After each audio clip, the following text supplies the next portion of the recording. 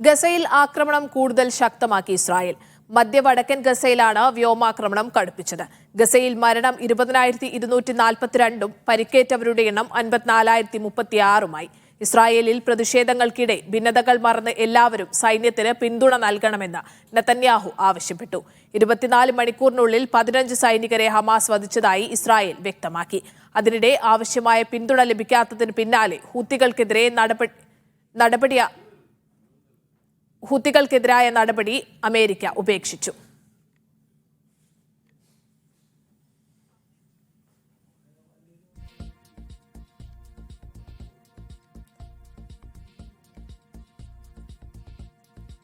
MCA Nasar ചേരുന്നുണ്ട് ദുബൈയിൽ നിന്ന് കൂടുതൽ വിവരങ്ങളുമായി. നാസർ, ഈ ഒരു ക്രിസ്മസ് രാവിലും ഗസയിൽ ഇസ്രായേൽ ആക്രമണം കടുപ്പിക്കുകയാണ്. മധ്യ വടക്കൻ ഗസയിലൊക്കെ തന്നെ വ്യോമാക്രമണം കടുപ്പിക്കുന്നു എന്നാണ് മനസ്സിലാക്കുന്നത്. അതോടൊപ്പം തന്നെ ഒരു വശത്ത് ഖത്തറും ജോർദാനും ഒക്കെ തന്നെ ഇത്തരത്തിൽ വെടിനിർത്തലിനുള്ള നയതന്ത്ര നീക്കങ്ങളൊക്കെ തന്നെ മുന്നോട്ട് കൊണ്ടുപോകുന്നുണ്ട്. നിലവിൽ ഗസയിൽ എന്താണ് അവസ്ഥ?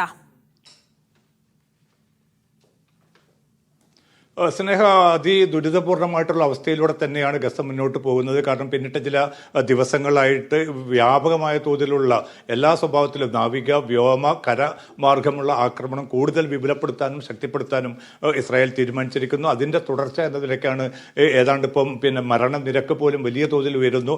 20,400 മുകളിലേക്ക് സിവിലിയൻ കുരുതിയുടെ ഒരു ചിത്രം വ്യക്തമാവുന്നു. അതോടൊപ്പം തന്നെ പരിക്കേറ്റവരുടെ എണ്ണം 54,000 മുകളിൽ എത്തിയിരിക്കുന്നു. ഇന്ന് മാത്രം ഏതാണ്ട് 166 പേർ കൊല്ലപ്പെട്ടിരിക്കുന്നു, 368 പേർക്ക് പരിക്കേറ്റിരിക്കുന്നു. അപ്പം അത്രയും ഭീതിതമായിട്ടുള്ള അവസ്ഥയിലൂടെ പോകുന്ന ഒരു ഘട്ടത്തിൽ പോലും UN രക്ഷാസമിതി പ്രമേയം പാസാക്കിയെങ്കിലും അതിൻ്റെ അടിസ്ഥാനത്തിൽ ഭക്ഷ്യവിഭവങ്ങൾ ഈ ഗസയിൽ നിവാസികൾക്ക് എത്തിക്കാൻ പോലും ഈ ആക്രമണം വലിയ തോതിൽ വിഘാതം നിൽക്കുകയാണ്. അത് മാത്രമല്ല, സൈന്യത്തിന് വലിയ തിരിച്ചടിയും നേരിടുന്നുണ്ട്. പിന്നിട്ട് 24 മണിക്കൂറിനുള്ളിൽ 15 സൈനികർ കൊല്ലപ്പെട്ടതായും നിരവധി സൈനികർക്ക് പരിക്കേറ്റതായിട്ടും ഇസ്രായേൽ ഔദ്യോഗികമായി തന്നെ സ്ഥിരീകരിച്ചിരിക്കുന്നു. ഇത് വലിയ തോതിലുള്ള ഒരു ആശങ്ക ഇസ്രായേലി സമൂഹത്തിനിടയിൽ സൃഷ്ടിച്ചിട്ടുണ്ട്.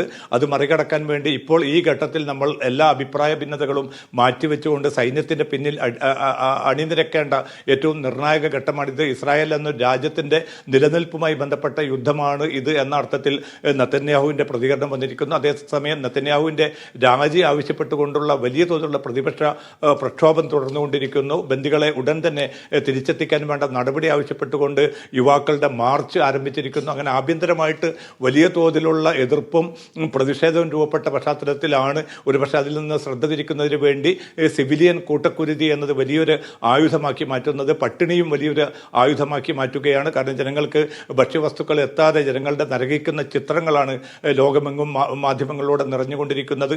ഇതുപോലും ഒരു വലിയ ഒരു ആയുധമാക്കി മാറ്റുകയാണ് ഇസ്രായേൽ എന്ന ഒരു കുറ്റപ്പെടുത്തലും വ്യാപകമായി തന്നെ ഉയരുന്നുണ്ട്. സ്നേഹ, ശരി, MCA നാസറാണ് ദുബൈയിൽ നിന്ന് വിവരങ്ങൾ പങ്കുവച്ചത്.